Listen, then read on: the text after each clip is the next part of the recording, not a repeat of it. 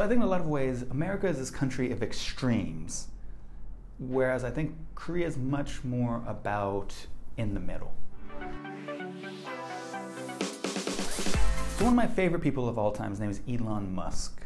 You should Google him, maybe I'll put a link in the video notes or whatever, but he is one of my favorite people ever. He is the founder of SpaceX. He is arguably the founder of Tesla Motors. He sits on the board of Solar City.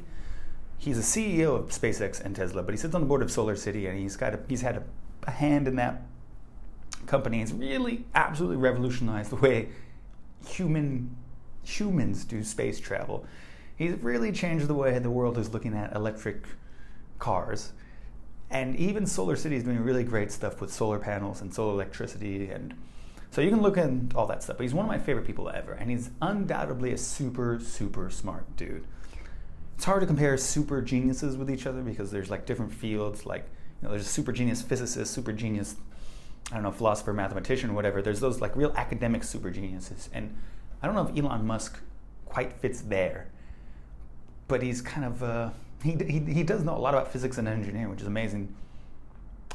But he's kind of a genius in the way he makes companies and thinks about humanity as a whole and like actually doing things, so like outside of academia.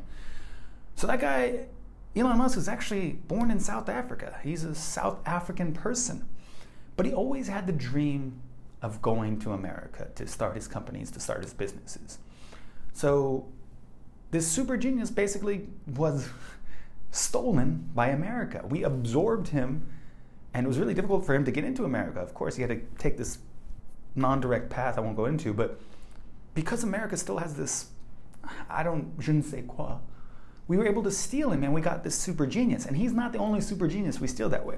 We steal a lot of super geniuses from all over the world to come to America, to work in America, to be professors, to do research, whatever. So in that way, we have like really some of the smartest people in the world in America. On the flip side, we have some of the biggest goddamn dumbasses you will ever meet in America. I have a bunch of European friends, especially when I start hanging out with other foreigners when I'm in Korea. I meet a lot of European people because we're all kind of in a foreign country mixing together. So I meet some European people. And a lot of my European friends really love these videos you can find on YouTube or on some television shows. We just have a guy who goes up to random Americans in the street and asks them questions. And he'll ask them these really like basic questions that the American doesn't know at all. And it's kind of depressing to watch. And so like, give you an example, he'll come up with like a map. And the person who asks the question, he'll point to Australia and ask the American person, what country is that? And the American person will be like, England. And then it's like, no, I mean, the presenter sometimes is like, no, that's another country. He goes, I don't know, Africa, or something. Like, he just spews out the dumbest answers you could possibly think of. And that's the other extreme. Yes, every country has dumbasses, but we have the dumbest motherfuckers ever living in America. So I wanted to give that example to show you guys that, like, every country has really smart people and really dumb people. And America really, I think, has even the most extremes, because when you have a country who has a really smart professor, really genius entrepreneur, they end up naturally wanting to migrate to America, because America, for one, when you're an entrepreneur, has more capital than almost any single country in the world. We have a huge amount of just money from investors who want to invest in things. So like when Elon Musk wants to start a big business somewhere in the world, he really wants to go to America because we just have the most money sitting there ready to be invested in something. South Africa doesn't have enough money to make a space company. It's very hard to do. Just so our country as a whole has a lot of capital, so we attract a bunch of entrepreneurs. There's a lot of things where America used to be number one and we're getting leapfrogged by other countries, or other countries are catching up. But one of our biggest advantages still is our university system. If you look at any world ranking of universities, I don't know, I want to say at least 60% are American universities. At least half, maybe even more. I haven't really checked, but a lot of them are American universities. So we're still like really good at higher education. So when you have a super genius professor who changed the rules of physics, figured out something amazing, and he gets an offer from Harvard, the guy takes the offer from Harvard. Not all the time, but more often than not. He goes like, dude, I want to be at Harvard. That's the best university for whatever. If it's not Harvard, then it's Stanford or Berkeley or Princeton or Yale or Johns Hopkins, MIT, CIT, California Tech, Caltech. There's just a myriad of really amazing universities. Now, it's true that England has Cambridge and Oxford. Seoul University is really amazing. There's amazing universities everywhere, but America just has this huge amalgamation of them. So we get to steal a lot of the smartest dudes in the world. So we have these super geniuses living there. But then we have these super dumbasses. And now I know whenever I bring this up to any of my friends, Korean friends or European friends, or even American friends, the person will say, well, every country has dumbasses. And that's true. Every country does have dumbasses. But in America, we have this special breed of dumbasses because there's something that America has, that American culture has, that almost no other country has, which is arrogance. We are very arrogant, and we really want to save face when it comes to anything. Not only do we want to save face, we want to show off about how smart we are, or how right we are, or how awesome we are, even if we aren't smart, even if we aren't right, even if we aren't awesome. That's the kind of the American way. So when you meet a dumb American, he's too embarrassed. I don't even want to say embarrassed. He would never tell you, I don't know.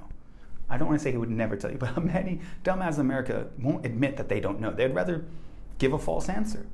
And then you say, but look, that's false. And then they'll just kind of say, no, but I didn't say it like that. Or, well, technically, if you do it like this, or blah, blah. And they'll just try to argue their way around a fact. It's kind of what's happening with a lot of stuff in politics in America right now, where people say something that's not a fact.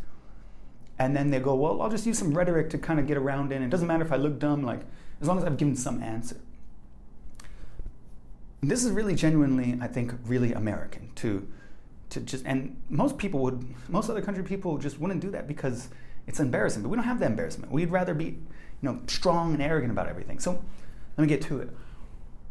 When you have that guy in the street who's doing interviews with dumb Americans, he goes up and he shows them Australia, which almost anyone could recognize on a map.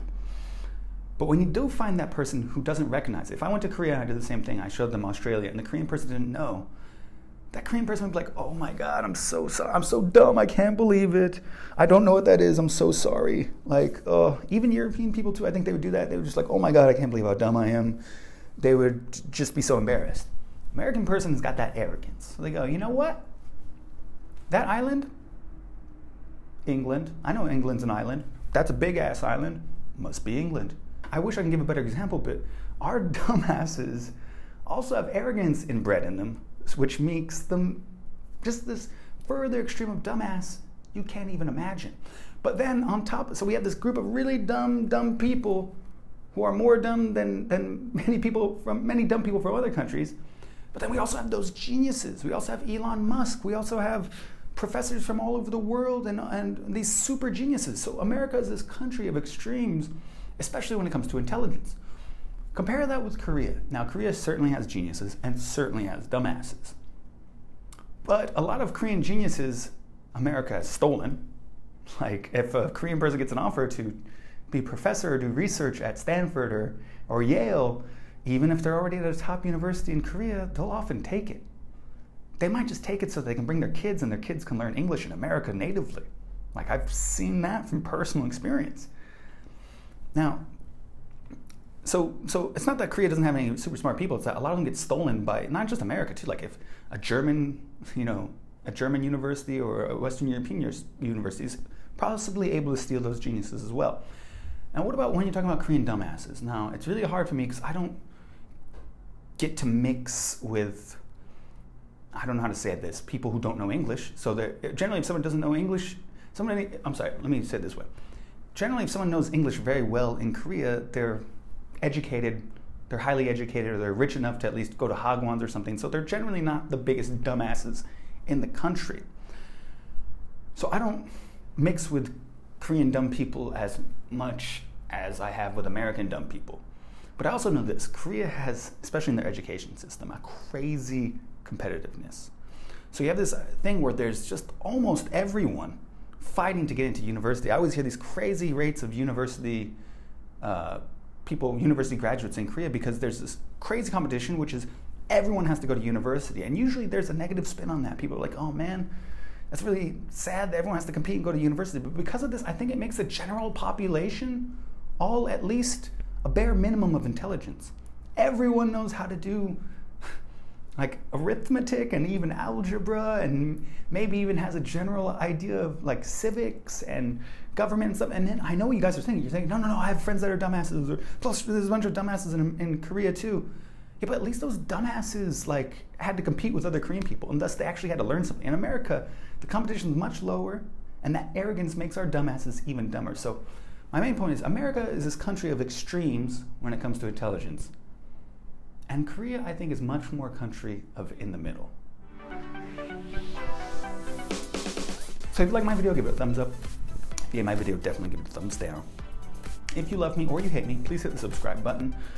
This video is, it's just my thoughts. If you like it, give me a comment. If you hate it, definitely give me a comment.